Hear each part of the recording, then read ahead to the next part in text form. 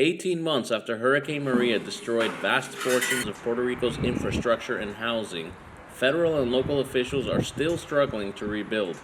The Category 4 storm destroyed an estimated 85% of the island's houses and knocked out power for months. When you think in terms of the hurricane damage of Maria in Puerto Rico, you have to remember that Maria caused more damage than any other disaster in the history of the United States. Solesnil Garcia, a resident of Santurce, Puerto Rico, lost everything except the clothes on her back.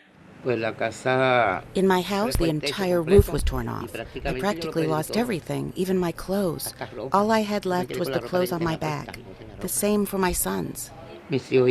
So far, FEMA and other agencies have dispersed $11.2 billion in aid to Puerto Rico, according to the U.S. government. The money has been used to complete debris removal, repair public infrastructure, and give direct aid to affected individuals. But Puerto Rican Governor Ricardo Rosselló says the U.S. territory is getting much fewer resources than any other comparable jurisdiction on the U.S. mainland. For its part, the Trump administration has questioned the island's ability to spend the aid money wisely.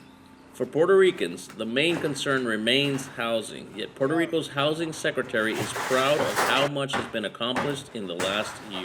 Well, other jurisdictions at the same time did 20,000 homes per year. We were doing around 20,000 to 14,000 homes per month. So I'm extremely proud of the Puerto Rican people that work in that program, and the sense of urgency also that each of us had on it. Yet he acknowledges more needs to be done to help the tens of thousands of residents still living in vulnerable structures.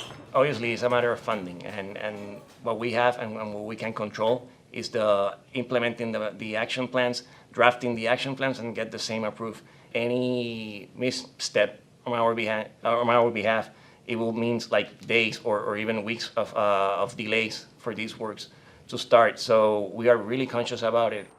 As families wait for the funds already approved by Congress to be dispersed, local and national nonprofits such as SBP, which began in response to Hurricane Katrina in New Orleans, have stepped in to fill the gap. The reason why all of these organizations exist is because the way that the process is set up right now, so we're there kind of filling that gap to make sure that people don't have to wait a year and a half, 2 years for the programs to really be implemented, but really receive the help that they need as soon as possible. For Solesnil, who also lost her husband to the storm, SBP's help has been nothing short of a miracle.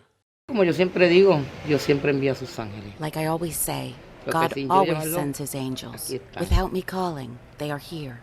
That's God. He touches the hearts of all who love him. Gianpaolo Pietri for VOA News, San Juan, Puerto Rico.